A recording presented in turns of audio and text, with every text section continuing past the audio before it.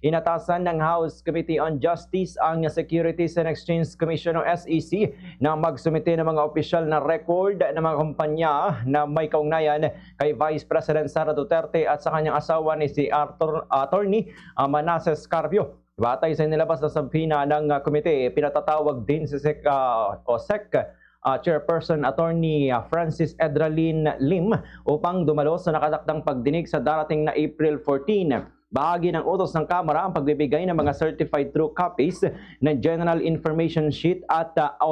audited financial statements ng mga korporasyong kinabibilangan ng Metro City Chow Foods Corporation, GenCorp